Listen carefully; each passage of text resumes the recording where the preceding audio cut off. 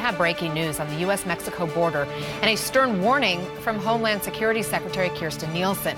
This comes just hours after a sudden closure of a major border crossing between San Diego and Tijuana, a closure U.S. authorities say was necessary after migrants overwhelmed Mexican police and rushed toward the American side. La multitud ya se encuentra mucho más gente de la que estamos viendo arriba de la canalización. Right now, all roads and pedestrian bridges in both directions are closed at the San Ysidro port of entry. This is one of 5 land border crossings clustered along California's southern border. In a statement this afternoon, Secretary Nielsen says some of these migrants attempted to breach legacy fence infrastructure along the border and sought to harm CBP personnel by throwing projectiles at them. DHS will not tolerate this type of lawlessness and will not hesitate to shut down ports of entry for security and public safety reasons. All this happening as the incoming Mexican government denies reports that it has reached a deal with the Trump administration to keep asylum seekers in Mexico while their applications are pending. It's something the president has also been tweeting about this weekend. Let's get right to CNN's Nick Watt. He just arrived there in San Ysidro, California at the border. Nick, set the scene for us.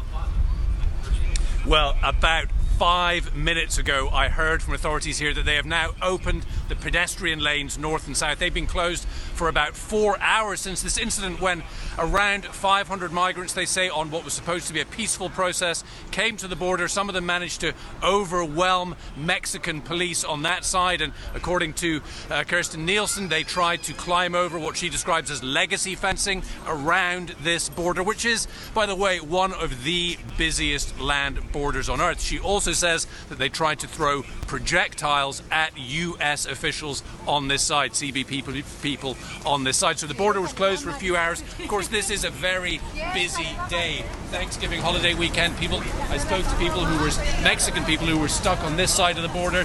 They said that they'd been across shopping. One lady who works in the outlet malls here goes back to Mexico tonight. They had to wait for a few hours. But listen, this is what President Trump promised just last Thursday. He said if we feel that the border gets out of control, we will close it down temporarily, and that is what they did. And it's still closed to vehicles, and as I was driving down here, they'd actually had roadblocks about 2 miles up the 5 freeway, stopping cars coming down. There wasn't a huge cluster of people here. There were a couple of hundred people waiting to get back across. Most people just went about their daily business and didn't stand in line. There was also a very small group of protesters on this side, but nothing really to speak of. But as I say, Anna, just in the last 5 or 10 minutes, they have reopened this border to pedestrian traffic only. That is no word yet when they'll open it for vehicles. A live update right there as it's happening as we speak. Good to see that. Obviously going to impact hundreds, if not thousands, of people who come across that border every single day. But I'm wondering, Nick, do you see a large security presence there? Because we know that there are U.S. troops there at the border. We know CBP sent in additional personnel to that border point of entry specifically. They did. They knew that these demonstrations were going to be happening today on both sides of the border. The CBP said that they prepared for that. They brought in extra personnel. I did not see any military. There are apparently around 1,500 soldiers right now stationed along the border here in California, but I did not see any evidence of them, but certainly a large CBP presence. And as I say, they closed this situation down. They had roadblocks 2 miles up the 5 freeway. This was fully closed down, and they were telling local people here, listen, we'll open it again once we gain control of the situation, once things calm down. They were trying to work with the people, saying, listen, hang tight, once it's under control, we will try and open it. And that's why some people were standing in line. But as you say, it's open now. They're coming back and forth.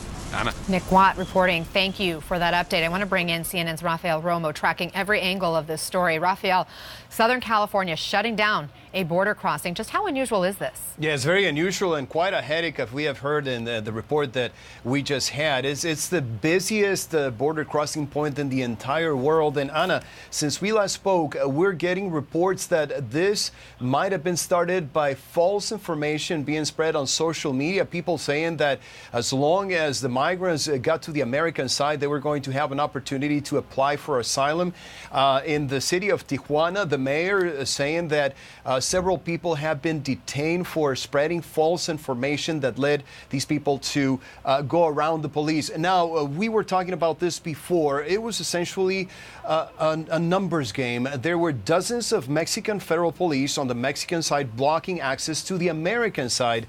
Compare that to about 700 people who showed up for a demonstration, at first peaceful, but then we saw the images. They started running around those police officers, and then it became a very chaotic situation. Also getting reports about 2 people who were slightly injured as a result of the confrontation there with American authorities. There was tear gas allegedly shot at people to prevent that they would get any closer to the crossing points. Also, some migrants who attempted to cross the border illegally from Tijuana, Ana, were dispersed by officials on the American side, and we have had the reports of 2 local journalists who we have been in touch with. So all in all, the situation is slowly but surely getting back to under control, Ana. Under control, but not necessarily back to normal. Rafael, you've been tracking, along with all of us here at CNN, this group, what's been called a caravan, coming across Mexico from Central America, trying to make its way to the U.S. It's our understanding there are up to 5,000+ of them now there in Tijuana. But what more have you learned about this group, their stories, what they are trying to accomplish? Are they asylum seekers? They're mainly asylum seekers, and I've had the opportunity of being in the countries that they came from, where the violence is just incredible. People fleeing because their children are being threatened with death if they don't join a particular gang. So they're fleeing poverty, they're fleeing violence, they're fleeing lack of opportunity, no jobs. Many of them are hungry. And also we're hearing from the mayor of Tijuana himself, Ana, saying that they don't have the resources, they don't have the ability to take care of the needs of these people, calling on the federal government in Mexico to send resources because they don't have the money. And just a few minutes ago, he was tweeting that he doesn't want this situation that happened today to in any way be a problem in the bilateral relation between Tijuana and San Diego, California. He says there's a lot of business traffic between the 2 points, people who have family on both sides of the border, and most of those things are done peacefully, unlike what happened today at the border, Ana.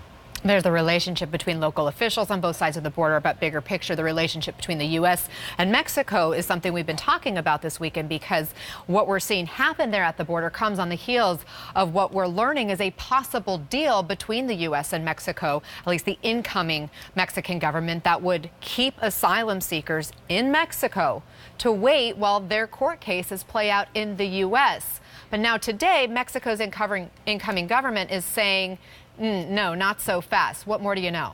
Yeah, we had an opportunity to reach out to the incoming government in Mexico, and they sent us a statement essentially saying, number one, we are not in power yet, so there's no way that we can reach an agreement, officially at least, with the U.S. government. And number two, the statement says that President-elect Andrés Manuel López Obrador does not want Mexico to become a waiting room for would-be immigrants into the United States. He says that they want to, in any case, respect the rights of migrants, but they don't want to use Mexico as a holding territory and do the work that belongs to the United States. Again, López Obrador takes office next Saturday, December 1st, so no official deal yet from his transition team, Ana.